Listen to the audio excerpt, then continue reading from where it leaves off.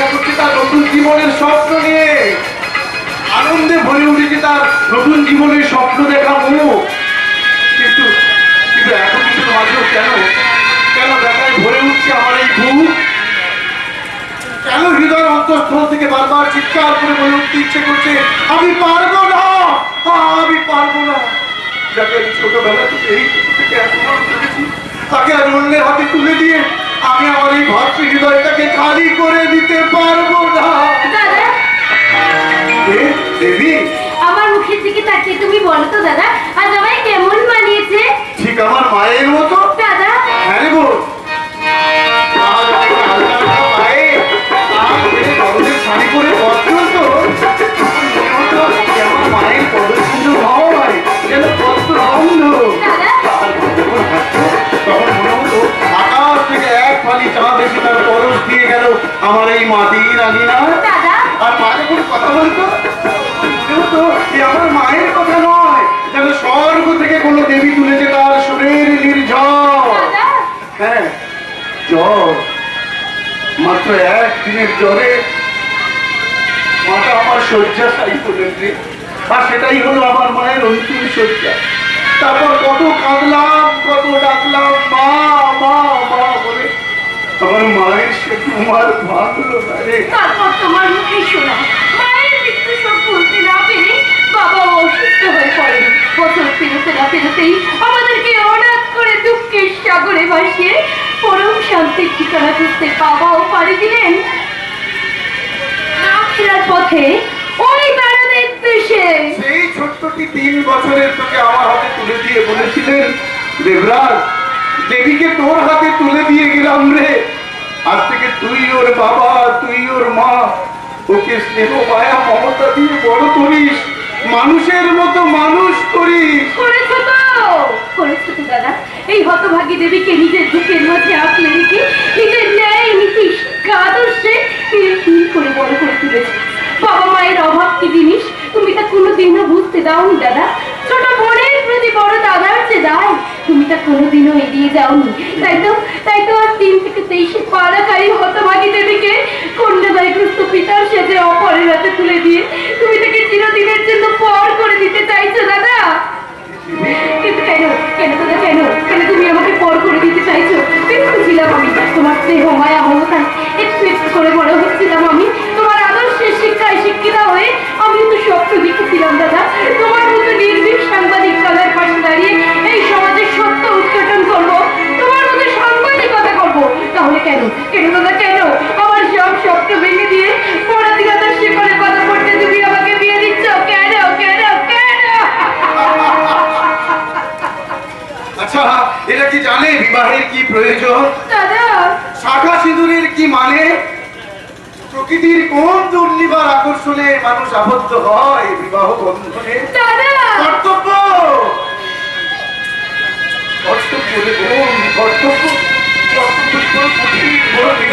বড় নিষ্ঠুর। এখানে স্নেহের বুকে কর্তব্যের পাহাড় আসিয়ে পড়ে। বাঁধ ভাঙা মায়া মমতার অশ্রু ধারা ফলসু নদীর মতো বাস্তবের বাড়িতে চাপা পড়ে যায়। তাই তো এই জীবনের রঙ্গমঞ্চে দাঁড়িয়ে আর সুদক্ষ চরিত্র অভিনেতার মতো চিৎকার করে বলতে ইচ্ছে করছে, হাসতে রে বোন, প্রাণ খুলে হাস। আজ যে তুই নতুন জীবনে পা রাখতে যাচ্ছিস, আজকের দিনে কিছুর চোখের জল মানা। ওরে দেবী, প্রাণ খুলে হাস, প্রাণ খুলে হাস।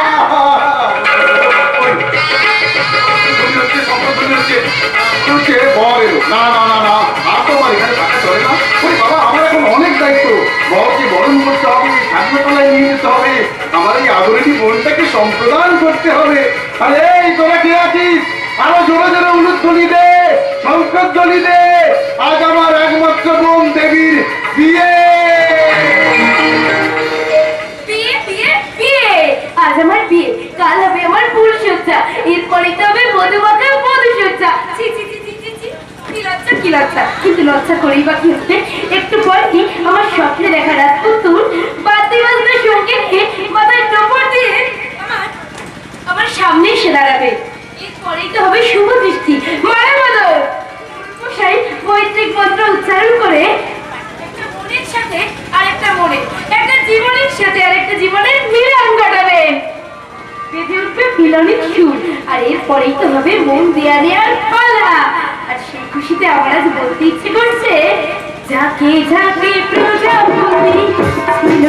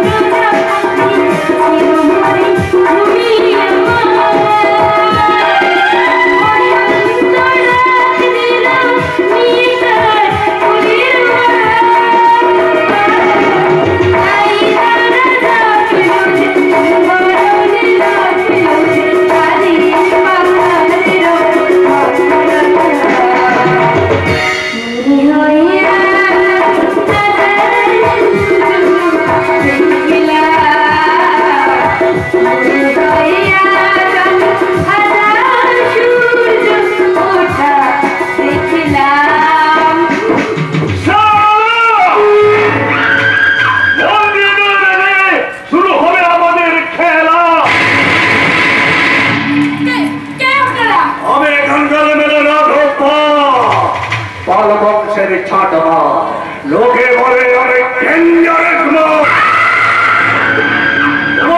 সুন্দরীদের যৌবনে থাবা বসাতেই আমি সুন্দরবনের ক্ষুধার মাসের কাছে বেরো, কিন্তু পাবলিকের কাছে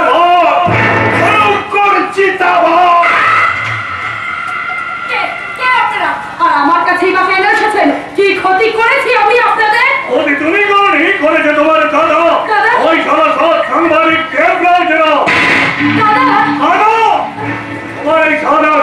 কলঙ্কের কাদা থেকে ওই শালাকে বুঝিয়ে দিতে চাই আমার পিছনে কাজী করতে আসার পরিণাম ভীষণ ভয়ঙ্কর।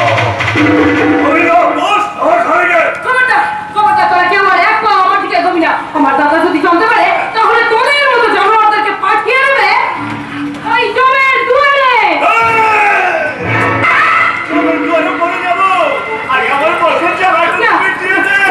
ছেড়ে দে দাদা, আমাকে ছেড়ে দে। বাঁচাও! কে কোথায় আছে? আমাকে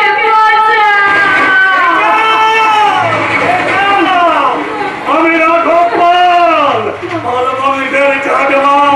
লোকে বলে আমি ডেঞ্জারাস মাছ। তোমার এই চিৎকার কারোর কানে পৌঁছবে না। তোর ঘরে কি মা বোন নেই? আরে এনাকে কি গেল কেন মারে বলুন তো? আচ্ছা এইভাবে বলতে পারো না? এসো এসো প্রিয়, আমার শরীরের মৃত্যু কমছে, তোমার শরীরে জ্বলে ওঠো কামনার আগুন।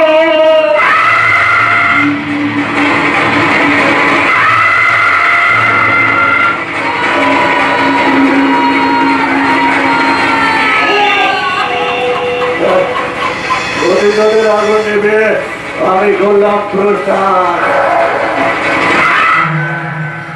আরে পাগলি খাবে কি জানে বলে যাবে।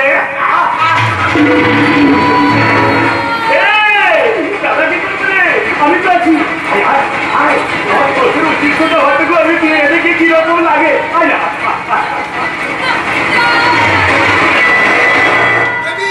দেবী চিৎকার করে দাদা মনে লাগলো কেন? তাহলে কোনো বিপদে পড়েছে। দেবী দেবী শয়তান গোবিন্দ না, তোকে আমি শয়তানের তোকে আমি দাদা, তুমি রঙিন স্বপ্ন দেখা তোমার বোন দেবীর কুড়িদেরকে তুমি গানা করো না দাদা।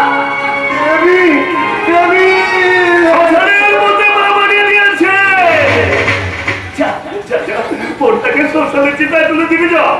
আর যাওয়ার আগে আমার একটা কথা শুনে রাখ সাংবাদিক, আমার বসের পিছু কাটি করা বন্ধ করে মহিম মন্ডলের ছেলে বিজয় নিরুদ্দেশের ঘটনাটা তোর সংবাদের পাতা থেকে ভালো না দিলে আমার এই মেশিনের একটা দানা আমি তোর কলিজায় ভরে দেবো। সব কোথা থেকে সরকে দেওয়ার জন্য নয়, মোটে তোর শরীরটাকে কাটা ছেড়া করার জন্য।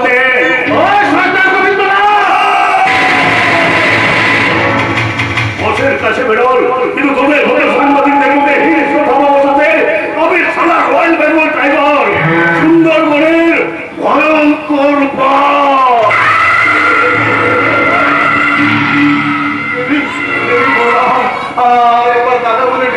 আমার এই ভাতৃতাকে তুই কানায় কানায় ভরিয়ে দেব রে কানায়।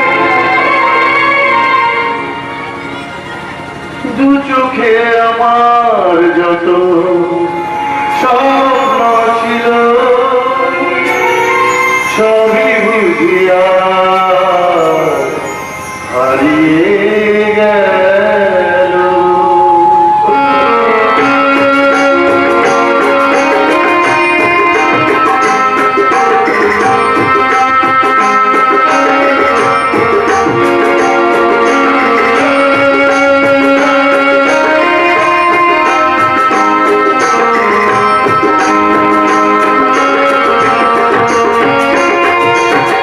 দু চোখে আমার যত স্বপ্ন ছিল সবই বুঝিয়া হারিয়ে গেল।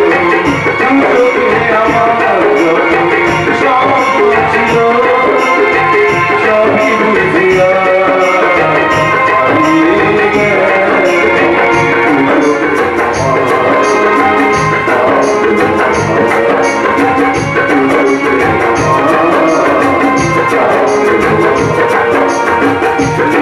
গেল।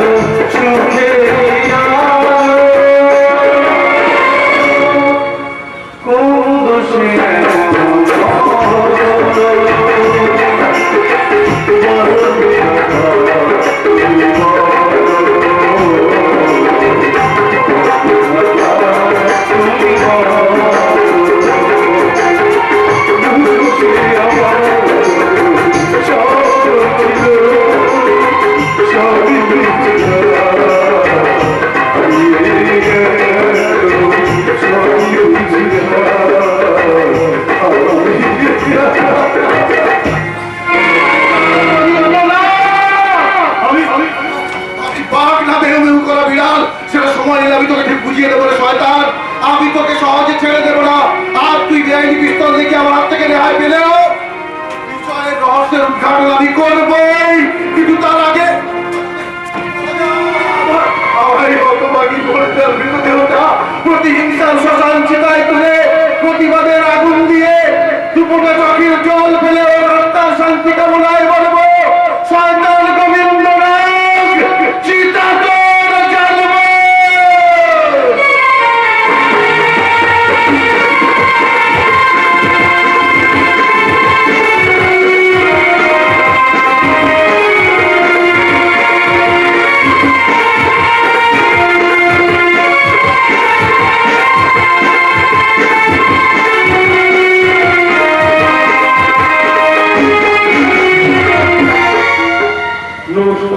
উপস্থিত দর্শক মন্ডলী ও আয়োজক কমিটির সদস্যবৃন্দ রাজধানী অপেরার পক্ষ থেকে লক্ষ্মী পুজো আন্তরিক প্রীতি ও শুভেচ্ছা জানিয়ে কয়েকটি বিশেষ ঘোষণা।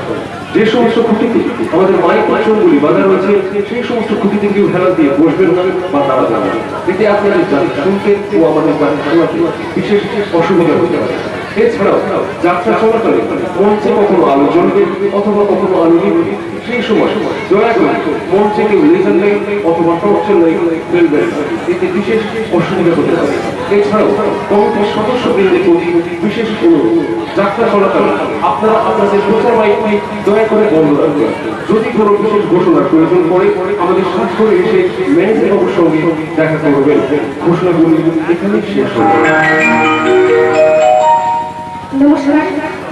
বড় বড় ঠাকুর শেষে রাত্রিশোদে গণপতি বাবা মা শ্রীমতী মনসা দেবী মা লক্ষ্মী দেবীর চরণে প্রণাম জানিয়ে করছি। মা শান্তিবালা করে প্রতিষ্ঠা করে প্রতিষ্ঠিত বৈশাখী ঘোষ অনুষ্ঠিত নিবেদিত রাজকুমার ঘোষ তপন কুমার পরিচিত 1432 সালে রাজধানী অপেরার এক সুপার হিট সামাজিক যাত্রাপালা চিতাকর জ্বালবো। রচনা উৎপল রায়, নির্দিষ্ট সম্পাদনার বিনিষ্ট কথা শোনা সঙ্গীত সুনীল চাহিদা তপন কুমার, নৃত্যা ঘোষ, আলোধনী নন্দন মাস্টার অশোক কুমার ও অমল কুমার অভিনয় করে চলে এসে গেছে গ্রাম বাংলার দামাল মেয়ে যাত্রা জগতের অপ্রতিদ্বন্দ্বী গায়িকা নায়িকা পূর্ণিমা ঘোষ, যাত্রার সুন্দর গায়ক নায়ক সোমনাথ পাল, যাত্রার ভাটফল নায়িকা মিস মেমি, যাত্রার তরুণ তরুণী গায়ক নায়ক শুভদীপ মুখার্জি এবং যাত্রার ভয়ঙ্কর খলনায়ক মিস্টার বাবা। তৎসব বলিষ্ঠ অভিনেতা কুমার সুব্রত এবং হাসির রাজা নির্মল কুমার। শুরু হচ্ছে মা মনসার আশীর্বাদ ভোট সুস্থ সংস্কৃতিক ভারত বাহক রাজধানী অপেরা পরিবেশিত 1432 বঙ্গাব্দে রহস্য রোমাঞ্চে ভরা সামাজিক যাত্রাপালা। আদিম হিংস মানবিকতার আমি যদি কেউ হই স্বজন ভারত এ মহাশ্মশানে সীতা তোর চাল বই, সীতা তোর চাল বই, সীতা তোর চাল বই।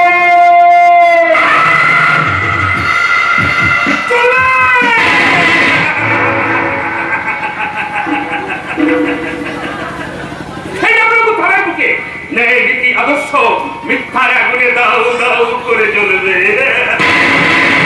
একটা কথা মনে রাখবেন, নামটা আমার শক্তিপদ ব্যানার্জি, সততাই কিন্তু আমার প্রচুর এনার্জি। আজ থানায় নতুন এসপির আগমনে হবে নাচ গান, তাই আপনারা মানে পাবলিকটা পাবেন দারুণ এনার্জি। কিন্তু কিন্তু এরা এখন আসছে না কেন? आ गया दिल चुरा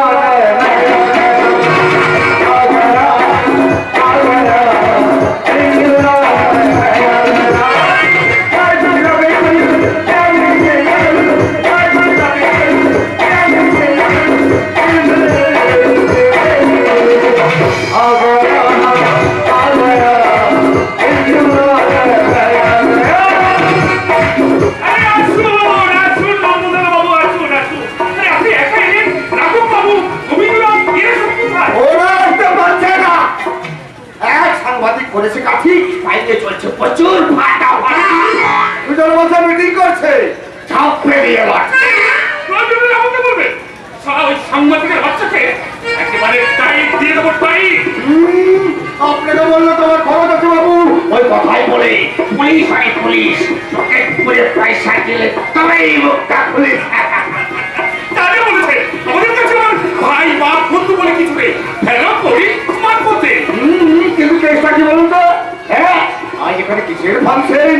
এ বাবা, আজ আমাদের থানায় নতুন এসপি আসছে, তাপস সরকার।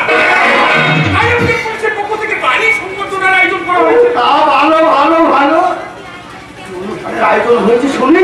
আগে বসায় কি কি নেই তাই বলুন, নাচ গান অতিথি বলুন বক্তৃতা সবই তো আছে। ওহো তোর মাকে গড় করে মদ দিয়ে কিছু নেই আছে তো, মানে মোদি বলো না। ও আরে বাবা রে মছে বলো যেমন ধরো মদে মদে আরে মানে শেষ কথা মদে একটা মেয়েছে সে কথা বলতে একবারে চাঁদ গাড়িয়ে না দেওয়ালে রূপ রস যেন টস করে ঝরে ঝরে পড়ে। আরে তুই আর ফোন করছিস না তোর মাকে গড় করে আজকে ওই প্রধান কাঠমালিকে দেখলে হতো না এই তো তোমার দোষ নন্দ, সারা মেয়ে ছেলের কথা শুনলে তোমার যৌবনের রসটা যেন বেশ ঠিক করে উঠলে ওঠে। কন্ট্রোল করো নন্দ, কন্ট্রোল। কন্ট্রোল বলি আর কত কন্ট্রোল করবো বলতে পারে কন্ট্রোল করতে করতে আমার সিটটাকে ফেল হয়ে গেল। আচ্ছা নন্দ, এই বয়সে তোমার এত রস, সেটা কি জানি তোমার রস? জানবে এই যে চাপ্পা আগুন ঠিক করে চলছে বলে আজকের ওই প্রধান ছাত্র মালিক আমি দেখবো আর তোর মাকে ঘটে চাই। আরে জাহান মশাই দাঁড়ান, আমাদের এক স্টাফ গাড়ি দিয়ে স্টেশনে গেছে এসপি সাহেবকে আনতে, তারা ফিরে এলেই আমার অনুষ্ঠান শুরু হবে। তার চেয়ে বলো রাতে এক কাজ করুন, চলুন ওই ভিতরের ঘরে গিয়ে করতে চলুন। আর বাবা নমস্কার সত্য সে লুকা আজকে বিচিত্রই দেশ দেশ রক্ষার দায়িত্ব যাদের হাতে তারাই আর ভক্ষ হয়ে মাঠে নেমে পড়েছে। এই কে তুমি? আর এখানে কেন এসেছো? আমি এমনি এমনি আসতে চাইনি স্যার, আপনাদের বর্বরতাই আমাকে এখানে টেনে নিয়ে এসেছিলাম থানায় একটা কমপ্লেন লেখাতে, কিন্তু সেখানে আপনাদের দেখতে না পেয়ে ভিতরে ঢুকে পড়লাম আর এখানে এসে যা শুনলাম তাতে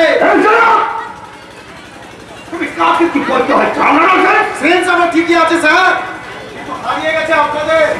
হ্যাঁ এই অদমের নাম সাংবাদিক দেবরাজ রায়। আপনাদের ধর্মবতা রাঘবপালের প্রিয় গোবিন্দ আমার বোনের বাড়িতে বিয়ে বাড়িতে ঢুকে তারই আমারই চোখের সামনে আমার বোনকে বলাৎকার করে তাকে গুলি করে খুন করেছে। আপনি তাকে অ্যারেস্ট করুন।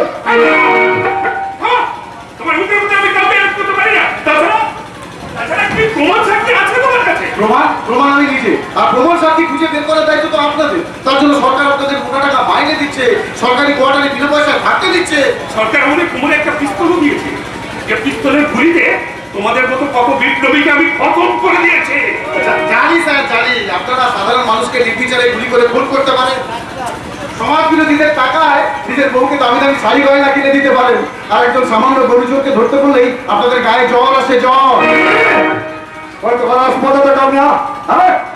সামনে দাঁড়িয়ে তুমি কাকে বলছো জানো? আমি আর কাউকে কিচ্ছু বলবো না, আমি যা বলার আপনাদের এসপি সাহেবকে বলবো, তাকে আসতে দিন। এদিকে এদিকে, আজকাল এসপি সাহেবের সঙ্গে দেখা হচ্ছে না। হ্যালো, হ্যাঁ হ্যাঁ, আমি রামনগর থানার ওসি শক্তিপদ ব্যানার্জি বলছি। কি বলছেন? এসপি সাহেব আজ আসতে পারবেন না, জরুরি কাছে বাইরে গেছে। ওকে ওকে ওকে হল ভর্তি করে লোকজন বলতে একটা করে ফাংশনের কি হবে? আচ্ছা গেছে নন্দ, তুমি এক কাজ করো, নাচগানের জন্য যারা বাইরে থেকে এসেছে তাদের সব বাড়ি ফিরে যেতে বলো। ও স্যার, একটা কথা বলবো, ওই বক্তৃতার মাল্যবান্ধ নয় বাচ্চা, কিন্তু নাচ গানটা হয়ে বন্ধ, এই নন্দবাবু বন্ধ। কিন্তু তুমি দাঁড়িয়েছো কোনো ভাই, নিজের গানে তো শুনলে যে এসপি সাহেব আজকাল আসতেন না, তবে যাও নিজের বাড়ি যাও। আমি এখন ডিএম সাহেবের কোয়ার্টারে যাবো, গিয়ে আপনাদের নামে কমপ্লেন করবো, আপনাদের নামে। আরে যান যান যান, আমি আমার পকেট থেকে রিক্সা ভাড়াটা দিয়ে দিচ্ছি, যান। No no no no no, আমার মতো শিল্পী কখনো পাবলিকের সামনে রিক্সায় চাপতে পারে না। আমাকে ট্যাক্সি ভাড়া দিতে হবে, ট্যাক্সি ভাড়া। দেখি বৃষ্টি, তুমি এখানে? বৃষ্টি? হুইচ বৃষ্টি? আমি চাল ভাই, কলকাতার বিখ্যাত সিঙ্গারের ড্যান্সার। এরা আমাকে পুরো 2,000 টাকা দিয়ে এখানে নাচের গানের প্রয়োজন লিখে আনিয়েছে। কি আজে বাজে কথা বলছো বৃষ্টি, তুমি আমাকে চিনতে পারছো না? আমি তোমার দিনরাত, আরে আর 2 বছর ধরে আমি তোমার জন্য অপেক্ষা করছি। ও স্যার, এই ছোকরা দেখছি আমার জন্য তো ঝামেলা শুরু করলো। শোনো ভাই, তোমার কোথাও ভুল হচ্ছে, এ তোমার বৃষ্টি নয়, এ নাচতে পারে মিস চম্পা ভাই। না না না, এই চম্পা নয়, এই বৃষ্টি। আরে বাবা, 5 বছর আমরা একসাথে পড়াশোনা করেছি, তারপর উচ্চশিক্ষার জন্য আমি কলকাতায় আর ও দিল্লিতে চলে যাই। এই 2 বছরে আমাদের টেলিফোনে অনেক কথা হয়েছে, তারপরে কয়েক মাস আগে ফিরে এসে ওর বাবা মার সঙ্গে গ্রামে গিয়ে আমি কথাও বলেছি। আমি এর আগে জীবনে কোনোদিন আমি এই গ্রামে আসি নাই। এখানে আমার বাবা মা কোথা থেকে আসবে? অনেক হয়েছে, এবার তোমার বৃষ্টি ঝরে পড়া ছন্দ বন্ধ করে মানে মানে এখান থেকে কেটে পড়ো। না, আমি যাবো না। কেন চিনতে পারছো না বলো? একদিন তো আমি তোমাকে ভালোবেসেছিলাম, আর সেই ভালোবাসার কাছে তুমিও সাড়া দিয়েছিলে, কথা দিয়েছিলে দিল্লি থেকে ফিরে এসে।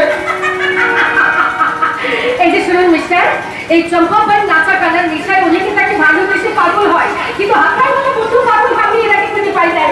আমি যে পাগল নই সেটা কিন্তু তুমি খুব ভালো করেই জানো বৃষ্টি। বুঝতে পেরেছি, বুঝতে পেরেছি। দিল্লি গিয়ে কোনো অসৎ সঙ্গে পড়ে তুমি লেখাপড়া ছেড়ে দিয়ে এই নোংরা নাচ গানের ব্যবসায় নাম লিখিয়েছো। নাচ গান করলে মানুষ নোংরা হয়ে যায় না।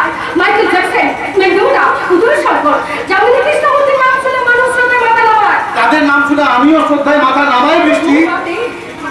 তারা কেউ নিজের পরিচয় গোপন করে না।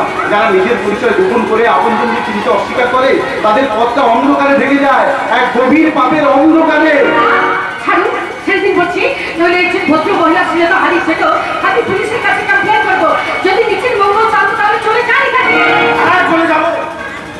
তবে যাওয়ার আগে একদিন তোমাকে ভালোবেসেছিলাম বলে আমার এই নিজের বোনটাকে আমি ধিক্কার জানাবো, ধিক্কার। আর যে বৃষ্টিকে আমি ভালোবাসতাম, তাকে আজ থেকে আমি ঘৃণা করবো, ঘৃণা। আমরা গানে ছেড়ে যাচ্ছি, চলো চলো। না না না না না না না, এত সহজে তোমায় যাওয়া হবে না, কারণ অ্যাডভান্সের যে 10,000 টাকা তোমাকে ফেরত দিয়ে যেতে হবে। হাসাবেন না স্যার, হাসাবেন না। এডভান্সের টাকা হলো টুথপেস্ট, একবার বেরিয়ে গেলে সেটাকে আর কোনোদিন টিউবের ভিতরে ফিরিয়ে আনতে পারবেন না। স্যার, আমরা হলাম করেছিল পাবলিকের কাছে কিভাবে টাকা বের করতে হয় সেটা আমাদের ভালো করেই জানা আছে। ওর ব্যাগটা আমাকে দাও তো। আচ্ছা, না, না, না, না, না, না, আমার দিকে একদম হাত দেবেন না, ঠিক আছে? নাচা গানা করার জন্য যখন টাকা নিয়েছি তখন এখানে নাচা গানা করে দিচ্ছি, তাহলে টাকা শোধ হয়ে যাবে। সেই ভালো, খেল খতম, পয়সা হতম, নাচ শুরু হোক, ঝমঝমা চর্চা। गजरा मोहब्बत वाला आँखियों में ऐसा डाला, गजरे ने ले ली मेरी जान।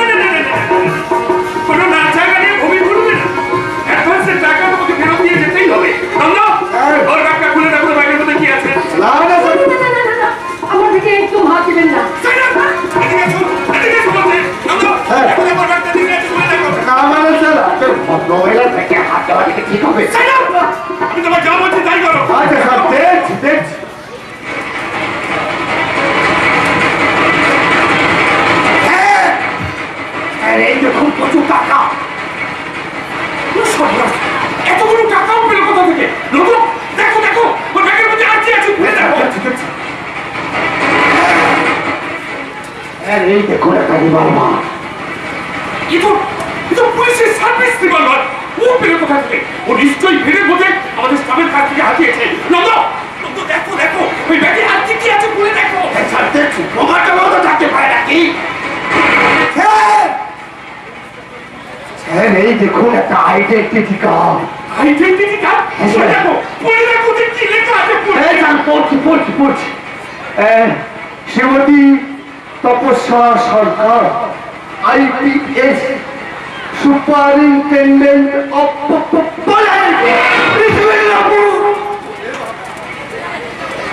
তার মানে তুমি না Yes, আমি এখানকার নতুন এসপি তপস্যা সরকার। আমি যেখানে পা রাখি প্রথমে আগুন চলে, তারপর পুরো হয়ে যায় ছাই খাট, তাই আমার নাম তপস্যা সরকার।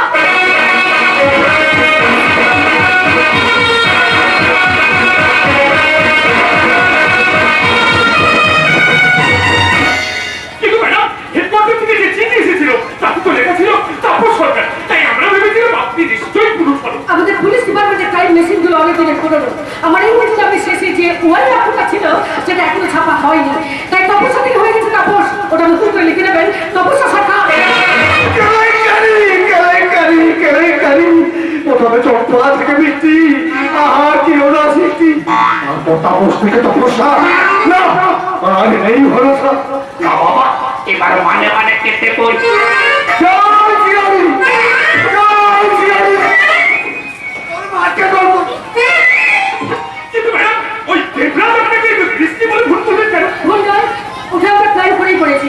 কারণ মার খাওয়ার পর দেবরাজ প্রথমে আমাকেই ফোন করেছিল। আমারই কথা মতো এখানে এসে অভিনয়টা করেছে, যাতে আপনি আমার আসল পরিচয়টা চিনতে না পারেন। তাই বলে ম্যাডাম, এমন রক্তকে বেশি এখানে আসার কি প্রয়োজন ছিল? এভাবে না হলে তো আপনাদের আসল চেহারা চিনতে পারবেন না মিস্টার ব্যানার্জি। ম্যাডাম, এই খাকি পোশাকটা গায়ে পড়লে সব পুলিশের চরিত্র কিন্তু এক হয়ে যায় ম্যাডাম। না হয় না, হয় না, কারণ সব দুধের রঙ তো সাদা, তবু এক চামচ গরুর দুধ আর এক বলতে গাধা দুধের চেয়ে অনেক বেশি দামি হয়। মনে রাখবেন, আমি তপস্যা সরকার। আমি যেখানে পা রাখি প্রথমে আগুন জ্বলে, তারপর পুড়ে হয়ে যায় ছাড় খাট। চলুন আমার সঙ্গে। কোথায় ম্যাডাম? এক্ষুনি গোবিন্দলাকে অ্যারেস্ট করতে হবে। গোবিন্দরা? কি বলছেন ম্যাডাম? গোবিন্দরা এখানকার এমএলএ রাঘব পালের বিয়ে। যে রাঘব পালের নামে আগে গরুতে এক কাঠি জল দেয় ম্যাডাম। পুলিশ মার্গ নয় আর গরু নয়, তার মাথার উপর বসে আছে সিংহ। ওই অশোক স্তম্ভের তিনটে সিংহের ক্ষমতাটাকে যদি চিনতে না পারেন, তাহলে চাকরিটা না দিয়ে আপনার মাটিতে গরু চলা উচিত ছিল মিস্টার ব্যানার্জি। ম্যাডাম, ভ্যান নিয়ে এগিয়ে যান, আমি পোশাক চেঞ্জ করে ওয়ারেন্ট নিয়ে আসছি। কোনো লাভ হবে না ম্যাডাম, কোনো লাভ হবে না। কারণ গোবিন্দনাকে অ্যারেস্ট করে কাল সকালেই উপর মহল থেকে ফোন আসবে, তখন তাকে সেলাম করে ছেড়ে দিতে হবে ম্যাডাম। এতদিন আমরা ভ্যান থেকে এসেছেন, কিন্তু এবার একটা নতুন ছবি দেখার জন্য প্রস্তুত থাকুন। যে ছবির ক্যামেরাম্যান, চিত্র নাট্যকার, ডিরেক্টর আর হিরোইন সব হলো এই তপস্যা সরকার। আমি যেখানে পা রাখি প্রথমে আগুন জ্বলে, তারপর পুড়ে হয়ে যায় ছাড় খাট।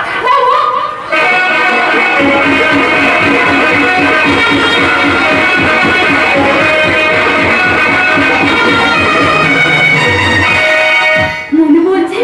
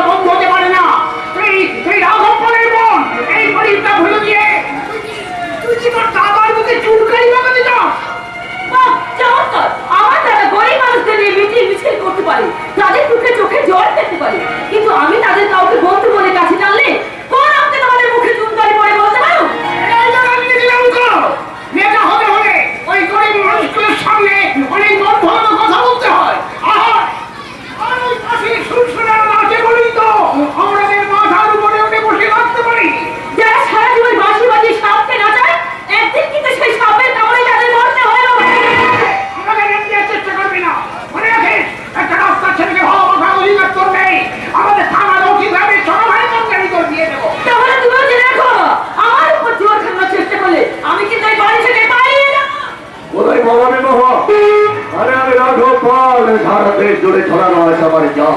একটা মশা মাটিও সে জল কেটে বেরোতে পারে না। আমি রাঘব পাল, পাল বংশের ছাতা। লোকে বলে আমি ওই ছেলেটাকে বলে ওদের ভাঙা বাড়ির পুরো চাঁদে চাঁদের আলোটা হয়তো আছে, কিন্তু চাঁদটা থাকে অনেক খবরে ওই আকাশে। এবারে তুই ওদের জীবনে আকাশের চাঁদের মধ্যে একটা রঙিন স্বপ্ন।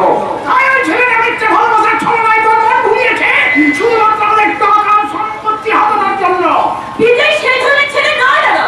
এখন ওর সঙ্গে কথা বললেই বুঝতে পারবে। আমি কারোর সাথে কোনো কথা বলতে চাই না। তুই চাইলে আমি তোকে 2-4 লাখ টাকা দিচ্ছি। বিজয়ের হাতে টাকাটা তুলে সম্পর্কটা ওখানে শেষ করে দিয়ে আসবে। ভালোবাসাটা বেঁচে কেনার মতো নয় দাদা। সেটা এমন একটা মন্দির, সেখানে প্রসাদ পেতে হলে রাজার ভিখারিকে কাছাকাছি করতে হবে। সেখানে তোমাদের রাজনীতি আর টাকা পয়সার কবে নিষেধ। রাজনীতির সিঁড়ি বেয়ে আমি তাদের দিন করা বাড়িতে তুলে এনেছে। প্রত্যেকের জন্য একেবারে গাড়ি কিনে রান্না করে মাংস পোড়ানোর ব্যবস্থা করেছে। আজকের যুগের সন্তানরা তোমাদের কাছ থেকে এত ভোগ আর সুখের জীবন চায় না দাদা। তারা চেয়েছে বিবেকানন্দের বিবেক, সুভাষচন্দ্রের সাহস, মাদার তেরেসার আত্মত্যাগ, শিক্ষার নিবেদিতা ধর্ম বিশ্বাস। তার বদলে তোমরা আমাদের জীবনটাকে ঢেকে দিয়েছো অবিশ্বাসের কালো ছায়ায়, ভবিষ্যতে ভাসিয়ে দিয়েছো রাজনীতির রক্তের স্রোতে, ভালোবাসার ভুবনে ফুটিয়েছো হিংসার বিষাক্ত ফুল। হ্যাঁ দাদা, যদি আমাকে এতটুকু ভালোবেসে থাকো তাহলে দয়া করে আমাকে আমার পথে চলতে দাও। এখন বলে চলবে সেটা ঠিক করবো আমি। তাই আমি নিজে হাত ধরে তোকে নিজের হাতে তুলে দেবো। তুমি সত্যি বলছেন? তুই যেমন একমাত্র আদরের বোন, ওই দুঃখী তোমার লোক।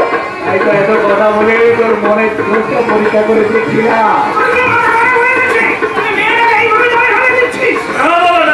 আমি এবার আদরের বোনকে নিজের খুশি মতো বাঁচিয়ে দিতে চাই। দাদা, তুমি আমাকে এত ভালোবাসো? তাই তোকে বিজয় করে দিতে গোবিন্দ নগর বাড়ি বানিয়েছি। আমি আজ সকালে কালকে করে মহিমানদের বাড়িতে গেছিলাম। আরে ভদ্রলোকটা আমাকে জোর করে খাইয়ে দাইয়ে তোকে ফেরত আসতে দিলেন। ওকে সঙ্গে করে নিয়ে যেতে তো ডাকো ডাকো ওটাকে ভিতরে আসতে বলো। না না না, বিজয়ের সঙ্গে আমার দেখা হয়নি। ওর বাবা বললো ও নাকি চাকরি খোঁজে বর্তমানে কাশ্মীরের বাড়িতে গেছে। ওরা চাকরি করার কি দরকার? আরে সামনে সপ্তাহে আমার লোকাল হোটেল জানো, ওকে সেখানে মেনে দেখবে বসিয়ে দিতাম। না দাদা, বিজয় তোমার সাহায্য ছাড়া নিজের পায়ে দাঁড়াতে চায়। তবুও তুমি যে হোটেলে এত কিছু ভেবেছো, এই কথাটা জেনেই আজ আমার মনটা এক নতুন আলোয় ভরে গেল দাদা। কানায় কানায় ভরে গেল।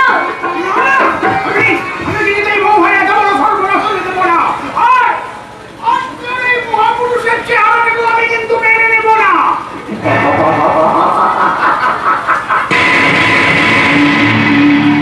আমার আসল চেহারাটা চেনার ক্ষমতা তোমাদের নেই বাবা। ওরে চেহারা আমি রাখো পাল বংশের ছাতা। লোকে বলে আমি নিজের কোনদিন মোবাইল তার কাছে বেচতে পারবে না। তাহলে তুই যে মোবাইলে কথা বলি বাবা, ওরা এই যুগের ছেলে মেয়ে মাথা দিলে ওদের জেলটা আরো বেড়ে যেত। তাই তো আমি যখন এখানে ওদের ভালোবাসার কাছে জল ডাললাম, আর অনেক অনেক ছেলেরা নিখোঁজ হয়ে গেছে। ছেলেটার কোনো ক্ষতি করিস না কেন? একটু ভয় দেখিয়ে ছেড়ে দিবি, যাদের কোনো দিকে না আসে। না না না বাবু, ও নিয়ে আপনি একদম ভাববেন না। আমরা খুনের রাজনীতিতে বিশ্বাস করি না। অহিংসায় আমাদের সবচেয়ে বড় অস্ত্র। সমস্ত হয়ে যাবে ভাতা যখন খাবে পুলিশের হাতে বললেন এখান থেকে যদি বাঁচাতে চাও মাথা। তুমি কি সকালে গাঁজাটা খেয়ে এসেছো দেখে নন্দুবার? আমি পালাতে যাবো কোন দুঃখে? তোমার নামে অয়েল বেড়েছে, পুলিশ আসছে তোমাকে অ্যারেস্ট করতে। কেন অ্যারেস্ট করবে কেন? তুমি তো কি অন্যায় করেছে? কোন এক সাংবাদিকের মাথা ফাটিয়ে তার বোনকে জোর করে নেতা খুন করেছে। অ্যারেস্ট করেছি। ও সব বিজয় আর মোহর কাছ থেকে জট পাকাচ্ছিল আর বলছে রাঘব বাবু নাকি ভয় দেখে ওকে কাজ ছাড়া করেছে। আমরা ওকে সেখানেই গরম করে দিলে না কেন? তবে তো সবাই বলতে পারতো রাঘব পালের বিরুদ্ধে যারা কথা বলতে চায় তাদের চমড়াকে জনগণকে করতে হয়। পরিবারে শুনে বুঝে দেবো বস। সারা প্রথমবার শুধু ওয়ার্নিং দিয়ে ছেড়ে দিয়েছি। কিন্তু পুলিশ যাচ্ছে তোমার অ্যারেস্ট করতে, তার কি হবে? মাথার উপর সেই শক্তি এনার্জি থাকবে আমাকে কেউ অ্যারেস্ট করতে পারবে না কেন? এই বলেছে অতি নয় একেবারে এসপি সাহেব বলে মেম সাহেব। হ্যাঁ আমাকে কি নাম দাও? তপস্যা তপস্যা সরকার।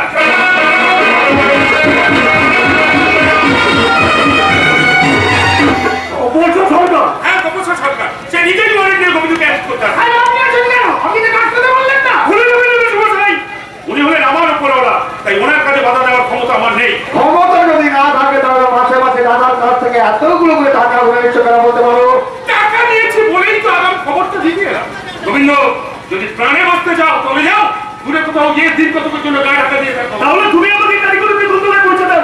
আমি কটা দিন মামার বাড়ি থেকে বিশ্রাম নিয়ে আসি। না দেখো যাবে না গোবিন্দ, ওর পুলিশের গলা বলে ক্ষমতা আছে আমার বাড়ি থেকে তোকে আরেক করে থানায় নিয়ে যাওয়া, এটাই আমি দেখতে চাই।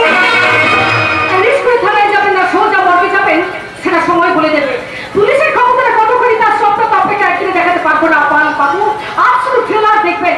গোটা ছবিটা দেখা সব থাকলে সবাইকে একদিনে লোক আমি নিয়ে যাবো।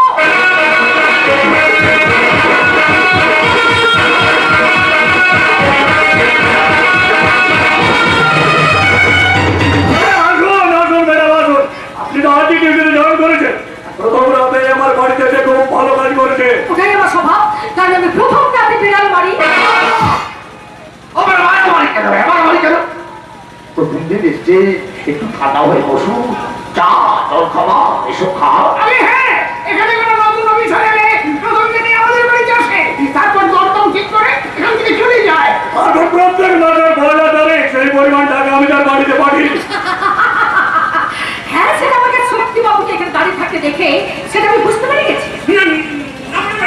আমি এখানে ইনভেস্টিগেশন করতে এসেছিলাম। ইনভেস্টিগেশন করতে এসেছিলেন নাকি ইনস্ট্রাকশন দিচ্ছিলেন যাতে গোবিন্দবাবু পালাতে পারে?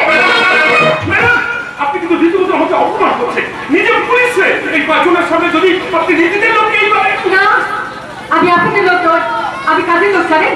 থানায় এসে যারা বিচার পায় না, পয়সা ছাড়া গাড়ি নেন না, লোককে মারকে যাদের ঘরে ছেলেটা মারা যায়, আমি তাদের আপনজন। এখানে গোবিন্দ বাকি আছে। আমি তো নন্দলাল কই, সারাদিন মায়ের নাম গাই আর ওই ভাঙা মন্দিরে শুয়ে। আমি তো ওই কথাটা আমি তো পালা। আমাকে পালাতে হবে কেন বলুন তো? কি অন্যায় করেছেন? আগে থানায় চলুন, কি করেছেন না করেছেন সেখানেই তার হিসাব দেবো। আমার ছেলের পারমিশন ছাড়া এ বাড়িতে আপনি কাউকে ধরে নিতে পারবেন না। আচ্ছা বাবু, আপনাকে হয়তো উঠতে বসতে ছেলের পারমিশন দিতে হয়, কিন্তু ওই খাকি পোশাকটা গায়ে থাকলে আমাকে কোনো হরিদাস পালের পারমিশন দিতে হয় না। হরিদাস পাল নয়, এটা রাঘব পালের বাড়ি। পুলিশ কাকে ধরবে, কাকে খালাস করবে, এ ঘরে বসে সেসব অঙ্ক ঠিক করা হয়। হ্যাঁ ম্যাডাম আপনি রাঘব বাবুকে চিনেন না? রাঘব বাবু এই সমাজের অনেক উঁচু তলার মানুষ, যেখানে এখানে আমাদের সরকারি বন্ধুদের পুলিও পৌঁছাতে পারে না ম্যাডাম। তাতে কি হচ্ছে সত্যি বাবু? বাদুর অনেক উঁচু কাছে চড়তে পারে, তাই বলে সে কখনো বাঘের কোলে উঠে আদর খেতে পারে না।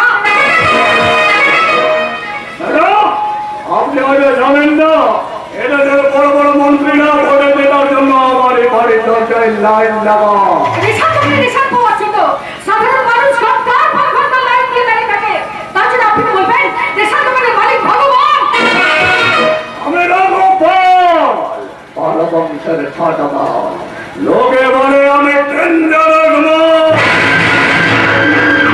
এবারে ফারাকের যে আদর্শ উনি বলেছিলেন, মারবো এখানে, লাশ করবে শ্মশানে। আরে ধুর, আপনার ওই ডায়লগটা অনেক দিনের পুরনো হয়ে গেছে। এবার একটা নতুন ডায়লগ শুনুন। আমি তপস্যা সরকার, মারবো যেখানে, শ্মশান হেঁটে আসবে সেখানে। আমার এই হরিনাম যাবে যে দিন সাথে, আমি হেলে দুলে, আমি হেলে দুলে আমার সন্তান সাথে। আমার এই হরিনাম, আমার এই হরিনাম যাবে যে দিন সাথে, গোবিন্দ হেলে দুলে যাবে তুমি দিতে, গোবিন্দ হেলে দুলে যাবে বলে দিতে। কাউকে সত্য নেতার বিরুদ্ধে কি অভিযোগ আছে সেটা আপনাকে জানাতে হবে। এটাই এদেশের আইন। কাল সকালে সাংবাদিক দেবরাজ ভাইকে আঘাত করে তার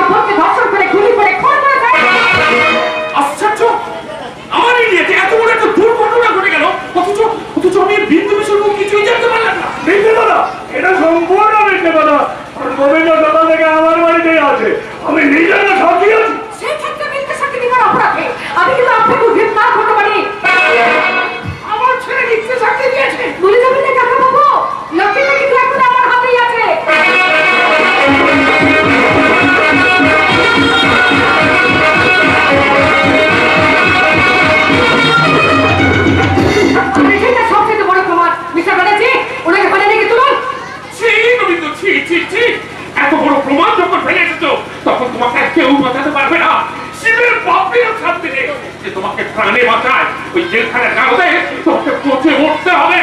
চলে এসো, তোমার সাথে থানায় চলে এসো। এই চলো, আমিও দেখি রাঘব পালের সেক্রেটারিকে। তোমরা কতক্ষণ আটকে রাখতে পারো? চলো।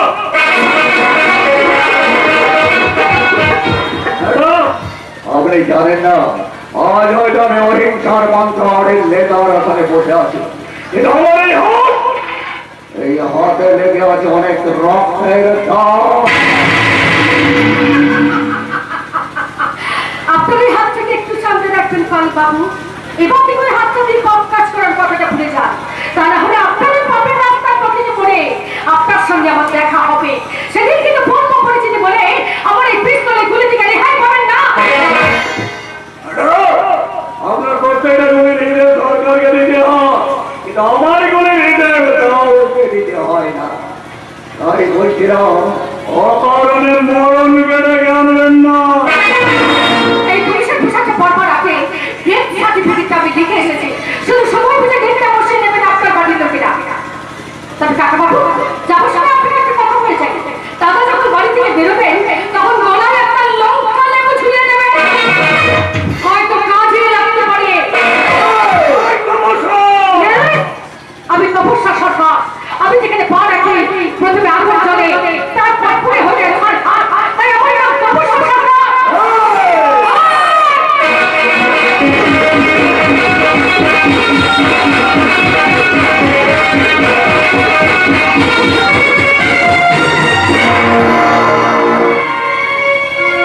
সুখ যদি এসেছিলে কেন চলে গেলে?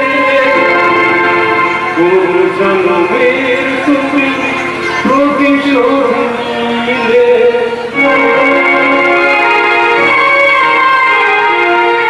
সুখ যদি এসেছিলে কেন চলে গেলে? কোন জন্মের তুমি প্রতিশোধ নিলে?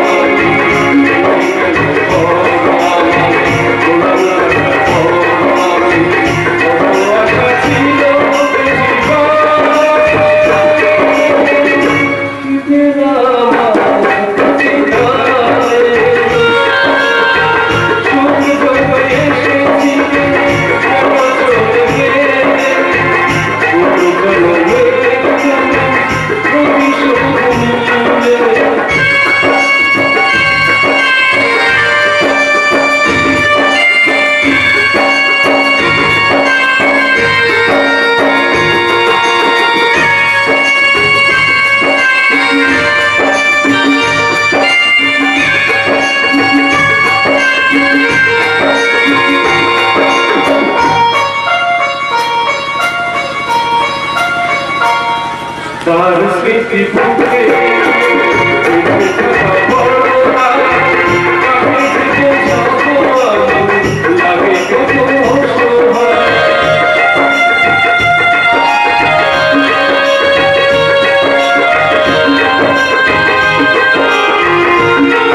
তার স্মৃতি বুকে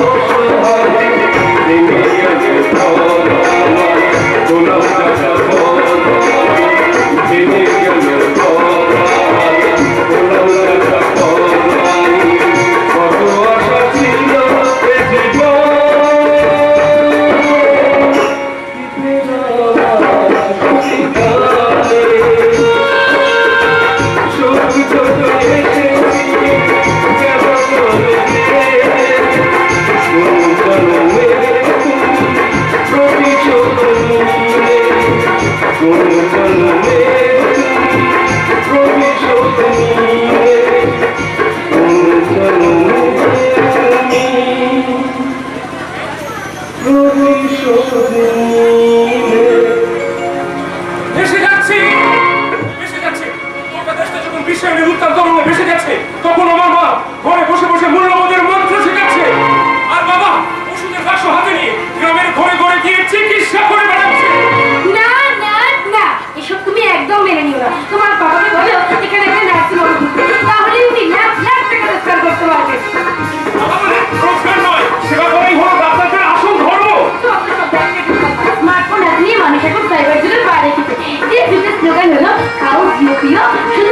করে যাও। সে নয় বুঝলাম, কিন্তু আমি সমাজকে বিয়ে পাস করেছিলেন, আমি কেমন করে তোমার ভবিষ্যৎ পূরণ করবো নন্দিনী? চেষ্টা থাকলেই সবকিছু সম্ভব। তোমাকে শুধু তোমার বাবা মার কথা বলে আমার কথা মতো চলতে হবে, কেমন? আমি তো তোমার কথা মতো ওই চাকরিটা ছেড়ে দিয়ে একটা ইলবালি সিমেন্টের ব্যবসা করতে চাইছি। Thank you darling, thank you. মনে রেখো, এই গ্রাম ছেড়ে কলকাতা শহরে গিয়ে থাকতে হবে। তারপরে আমরা দুজনে এসি গাড়ি চালিয়ে শপিং করে মার্কেটিং করতে যাবো। তাহলে আকাশের ওই ছাত্রকে আমরা পেয়ে যাবো। বাজে কথা বলো না তো রাজি। আর কদিন পরেই আমরা বিয়ে করবো। তারপরে নিজের বয়ে সাদাল্লাদের কাছে জমদাতে না করলে আমার ভালোবাসার ফুলটাও কিন্তু একদিন শুকিয়ে যাবে। কেন? স্বামী স্ত্রীর সম্পর্কটা কি শুধুই লেনদেনের সম্পর্ক? শিওর, রামসীতার যুগ কিন্তু এখন আর নেই।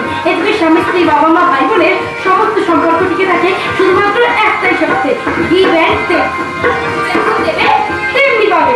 তাহলে চলো, তোমার এই নতুন আদর্শের হয় আমাকে তুমি উড়িয়ে নিয়ে চলো। তোমার ভালোবাসার দৃষ্টি ধারায় আমাকে তুমি ভাসিয়ে নিয়ে যাও। রিমঝিমে বর্ষাতে ভিজতে ভালো লাগে। রিমঝিমে বর্ষাতে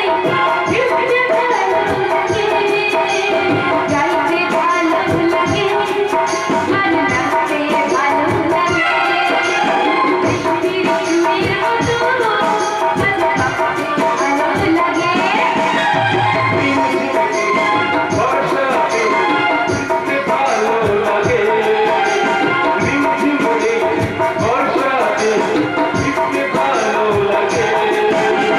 গাইতে ভালো লাগে, গান গাইতে ভালো লাগে।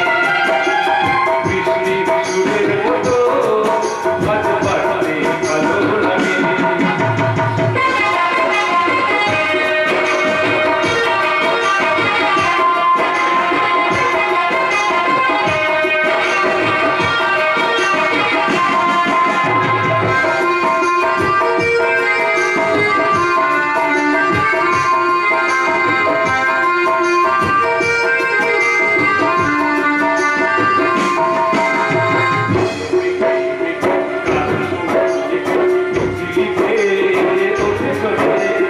ঝড়ে আসা কিছুতে সবে নিতে বাধা দেব কোন ঝড়ে।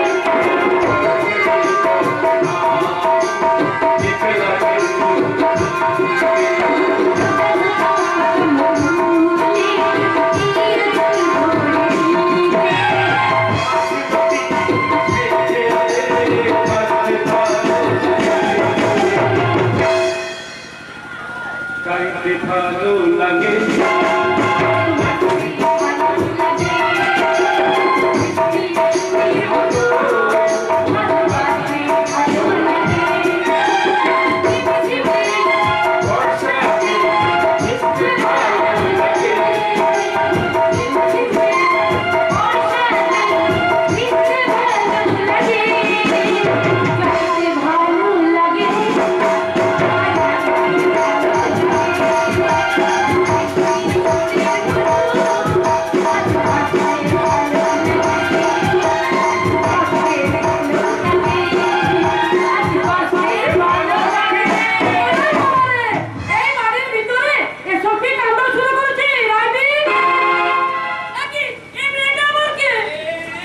নন্দিনী মা, যার কথা আমি তোমাকে বলেছিলাম।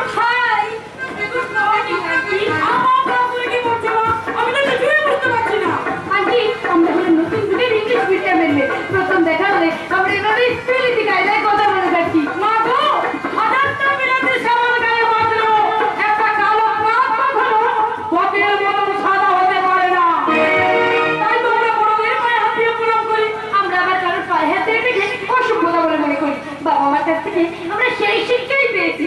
রাজীবকে তোমার স্কুলে ভর্তি করে সেই শিক্ষা দিতে চাইছো বুঝি? ইয়েস, ওকে ওকে অনেক বড় ব্যবসায়ী হতে হবে। এই গ্রামের অশিক্ষিত তোমরা পরিবেশ থেকে ওকে ওকে শহরের রঙিন সুখের জীবনে একেবারে উঠে যেতে হবে।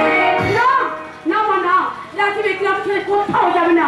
আমরা সবাই মিলে এই ভালোবাসার বাঁধনে বাধা পড়ে আছি। কিন্তু আপনি হয়তো জানেন না আন্টি, অভাব সব বাঁধনকেই আলগা করে দেয়। গরিবের সংসারে ভালোবাসা বসার জায়গা পায় না। তুই ব্যবসা করতে চাইছি, এত টাকা তুই কোথায় পাবি? মা, আমি তো সেই কবে থেকে বলছি তোমরা এই বাড়িটা আমার নামে লিখে দাও, তারপর এই বাড়িটা ব্যাংকের কাছে বন্ধক রেখে আমি 4-5 লাখ টাকা লোন পেয়ে যাবো। অত সময় কিছু বুঝি না বাবা। আন্টি উনি তো মাঠে ঘাটে ঘুরে শখের ডাক্তারি করে বেড়াচ্ছেন। ওই হয়েছে এক জ্বালা, সকালবেলায় ব্যাগ আর টাকা হাতে দিয়ে মানুষটাকে বাজারে পাঠালাম, এতখানি বেলা হয়ে গেল এখনো বাড়ি ফেরালাম না। দেখো গিয়ে কোনো বটতলায় ইট পেতে বসে অত ডাক্তারি করা শুরু করে দিয়েছে। এই জন্যই লোকে ওনাকে ঠাট্টা করে নাম দিয়েছে ইটালিয়ান ডাক্তার। কি নাম দিয়েছে? Italian doctor. আমি যে হাটে বাজারে অসুস্থ মানুষ দেখলে চারটে ইট পেতে রুগী দেখতে বসে যাই, সেই জন্য লোকে খুশি হয়ে আমাকে ওই উপাধি দিয়েছে ইটালিয়ান ডাক্তার। দেখো, তোমার তো বাড়িতে চেম্বার আছে, তাহলে মাঠে ঘাটে রোগী খুঁজতে যাও কেন? ওরা তো মরার সময় না হলে এই ডাক্তারের কাছে আসে না, তাই তো আমি আগে ভাগে ওদের কাছে চলে যাই বলে ওই 10-20 টাকার ওষুধে রোগ সারে। কিন্তু ওরা যখন আমার কাছে আসবে তখন 1000 টাকার ওষুধেও কাজ হবে না। তাহলে তো আপনারই লাভ হবে আঙ্কেল, 20 টাকার জায়গায় হাতে থেকে ইনকাম হয়ে যাবে। ওই করতে গিয়ে যদি রোগীটাই মারা যায় তখন কি হবে মা বলি? ওই 1000 টাকার জন্য তুমি আমাকে মানুষ মারতে বলছো? আজকালকার দিনে সব ডাক্তাররাই তাই করে আঙ্কেল। অন্যায় করে, পাপ করে। লোকে বিপদে পড়লে মন্দিরে গিয়ে ভগবানকে ডাকে, আর অসুস্থ হলেই ডাক্তারের শরণ নেয়। ডাক্তাররা হলো জীবন্ত ভগবান। সেই কথা ভুলে গিয়ে যারা অসুস্থ মানুষের কষ্টের পয়সা কেড়ে নেয় তারা ডাক্তার নয়, তারা একটা পকেট মার। কিন্তু আমি তো পকেট মারছি না বাবা, ব্যবসা করতে চাইছি। সেই জন্য বলছি তোমরা এই বাড়ির নাম নামে লিখে দাও। না, তা হয় না রে, কারণ এই বাড়িটা তোর আর তপস্যার সমান অধিকার। তাই এই বাড়িটা তো আমি তোর একার নামে লিখে দিতে পারি না। কিন্তু উনি তো পুলিশের চাকরি করেন, এই বাড়ির ভাগ নিয়ে ওনার কোনো আগ্রহ থাকতেও পারে। তাই আপনি এক কাজ করুন আঙ্কেল, আপনি কারণ বাড়িটা রাজীবের নামে লিখে দিন, তাহলে রাজীবের বিজনেস করতে আর কোনো প্রবলেম থাকবে না। Understand? I think you better understand. Bye Rajiv, bye auntie, bye uncle, bye. এই বাড়িটাই হলো আমাদের শেষ আশ্রয়। এই বাড়িটা যদি আমি রাজীবের নামে লিখে দিই, ও যদি আমাদের পর করে দেয় রাজীবের মা। না, আমি কারো মা নই। নিজের ছেলে 7 বেটা বাচ্চা কথা নেই, সে কিসের মা? আমি শুধু রান্না করা, বাসন মাজা, কাপড় কাচার জন্য এই বাড়িতে এসেছিলাম। আমার মতামতের কোনো দাম নেই তোমার কাছে। ছি, ছি মাধবী, ছি। এসব তুমি কি কথা বলছো? এই সংসারে আমি কি তোমাকে কোনোদিন কোনো অসম্মান করি? যার কোনো সম্মান নেই তাকে অসম্মান করা যায় না। এই সংসারে শেষ কথা বলার অধিকার একমাত্র তোমার, আর তার বাইরে আমার কোনো স্বাধীনতা নেই। আচ্ছা, আমি কি তোমার শুধু অত্যাচারী স্বামী? কেন বুঝতে পারছো না? মরার পর এই বাড়িটাকে আমি মাথায় নিয়ে স্বর্গে যাবো। ছি, ছি, এ কথাটা বলতে তোমার বিবেকে একটু অবাক হলো? এই শিবিরের চিহ্নটুকু ছাড়া আমার কাছে তোর কোনো সম্পদ নেই, এটাও তুমি বুঝে নেওয়ার কথা বলছো। তাহলে কেন বুঝতে পারছো না? শরীরে রক্ত জল করে আমরা যে ছেলেদের বড় করে তুলি, শরীরে টানা বোঝালে একদিন তো তারা কোকিল হয়ে এই কাকের বাসা থেকে উড়ে চলে যাবে। তাছাড়া এখন তোমার মেয়ে তপস্যা দিয়ে হয়নি, হয়তো এই বাড়িটা বিক্রি করে আমাকে সেই বোঝাটা নামাতে হবে।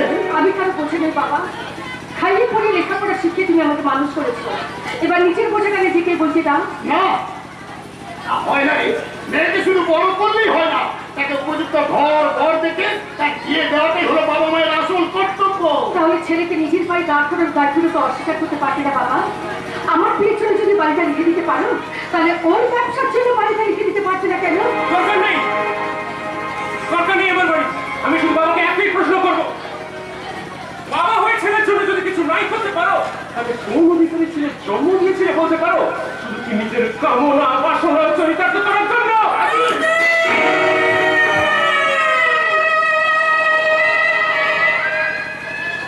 কি বললি? কি বললি তুই? তোর বড়কে এত বড় কথা বলতে তোর লজ্জা করলো না? ছি ভাই, ছি। বাবা মাই তো আমাদের পৃথিবীর আলো দেখতেছে, সন্তানের জন্য এটাই তো তাদের শ্রেষ্ঠ দাম। না, দাম নয়, পাপ, মহা পাপ। যে সন্তানের হাসি মুখ দেখার জন্য সব সুখ বিসর্জন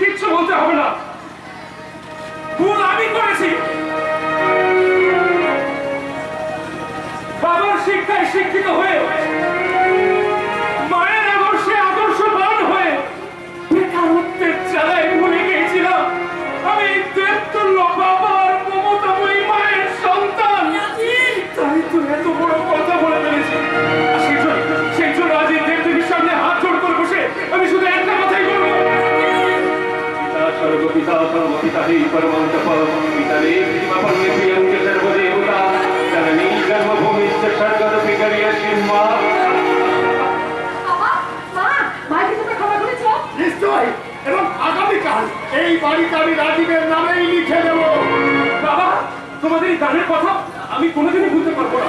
সারা জীবন তোমাদের সেবা করে আমি এর প্রতিদান দিয়ে যাবো। তোমাদের রক্তে দিয়ে আমি শোধ করবই করবো। জন্ম থেকেই আমি তোমাদের গুরু বলে মানি। তুমি বাবা তুমি মা এই কথা শুধু আমি জানি।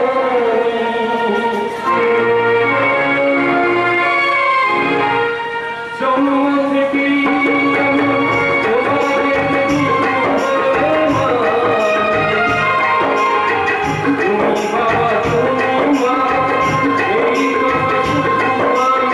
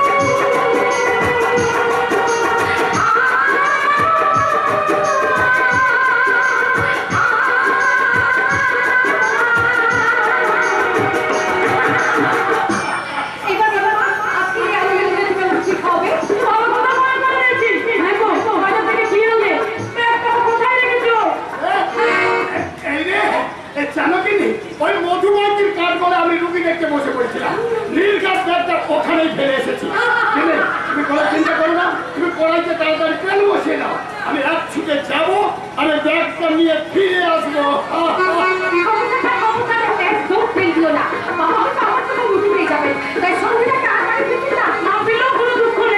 হাজার হাজার মানুষের প্রাণ করে ওদের ডাক্তারবাবুকে আশীর্বাদ করবে এমন একটা মানুষের মুখ হতে পেরেছি, এটা আমার পরম সৌভাগ্য। ঠিক বলেছো বা ঠিক বলেছো, অনেক ভাগ্য করে আমরা তোমাদের সন্তান হয়ে জন্মাতে পেরেছি। কিন্তু আজ আমি আমার দুর্ভাগ্যের কথা বলার জন্য তোমার কাছে এসেছি মা। দুর্ভাগ্যের কথা মানে? আমার স্ত্রী কথা হওয়ার পর অনেক স্বপ্ন নিয়ে আমি ছেলেটাকে মানুষের মতো মানুষ করতে চেয়েছিলাম, কিন্তু সে মানুষ না হয়ে যে একটা অমানুষ হয়ে উঠবে সেটা আমি আগে জানতে পারিনি মা। তাই তাই তো অনেক দুঃখ কষ্ট সহ্য করেও ওর সঙ্গে একই ঘরে আমাকে বাস করতে হচ্ছে। এতদিন পর সে কথা বুঝতে পারলে? অনেকদিন আগেই বুঝেছি মা, কিন্তু নিরুপায় হয়ে ওর বিরুদ্ধে যাওয়ার ক্ষমতা নেই। এতদিন পর তোমাকে দেখে দুটো বল পেয়েছি মা, তাই তো ছুটে দিলাম তোমার কাছে। আমার কাছে কি জানো কি? আমার ছেলেকে তার পাপের শাস্তি দাও। আচ্ছা, আপনি কি আমাকে ফাঁদে ফেলার জন্য কোনো ষড়যন্ত্র নিয়ে এখানে এসেছেন? না না, ষড়যন্ত্র নয় মা, ষড়যন্ত্র নয়। আমি আমার ছেলের সব পাপার দুর্নীতি কাগজপত্র সঙ্গে করে নিয়ে এসেছি, আর এগুলোর জন্যই তুমি ওকে শাস্তি দিতে পারবে। এই না মা, এই না এই না। বাহ, চমৎকার! কিন্তু জানি কথা জানতে না পারে মা, তাহলে কিন্তু আমাকে হয়তো ফোন করে ফেলবে। আপনার কোনো ভয় নেই, এসব কথা কেউ জানতে পারবে না। এতদিন পর আমি ভার মুক্ত হলাম। এইবার আমার বৌমা মাথা উঁচু করে বসতে পারবে। 25 বছর ধরে এই বুকের মধ্যে যে যন্ত্রণাটা আমি চেপে রেখেছিলাম, এতদিনে সে বসুন বসুন কাকাবাবু, বসুন। আপনি একটু কষ্ট হচ্ছে, একটু জল খাবেন কাকাবাবু? দাঁড়ান, আমি একটু জল দিয়ে আসছি।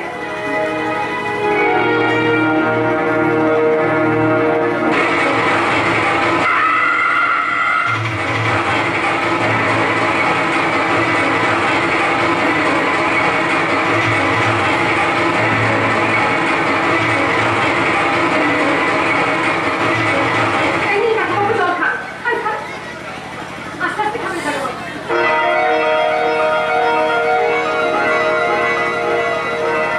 এবার একটু ভালো লাগছে? এবার একটু ভালো লাগছে। এবার স্যার আমি চাইবো হ্যাঁ, আসুন। কেউ থেকে বেরিয়ে হয়তো তুমি এবার বিপদে পড়ে যাবে। ভগবান তোমার মঙ্গল করুন মা, ভগবান তোমার। রাঘব পাল, এইবার তোমার মৃত্যু মানটা আমার হাতে এসে গেছে। এরপর তোমাকে আর কেউ আমার হাত থেকে বাঁচাতে পারবে না। কে কাকে বাঁচায় আর কে কাকে মারে সেসব ধারার উত্তর কি এত সহজে পাওয়া যায় ম্যাডাম? এই যে আপনি আমার কাছে আমাদের ডিআইজি সাহেবের কাছে তো খবর দিয়েছে আপনি নাকি কমিটিকে ছেড়ে দেওয়ার জন্য মোটা টাকা লুট দিয়েছে, তাই দাঁড়ি নিতেছে। আমি এবার একটু সাফ করতে এসেছি ম্যাডাম। অফকোর্স আপনি সব শুনতে পারেন, সব শুনতে পারেন। তার আগে বলবেন ম্যাডাম আপনার ওই হাতের ব্যাগটাতে কি আছে? রাঘব পালকে চিনি ঢুকাবার মতো কিছু কাগজপত্র আছে এখানে। দয়া করে আমাকে একবার খুলে রাখেন। ওকে, আমি একটু দেখাচ্ছি।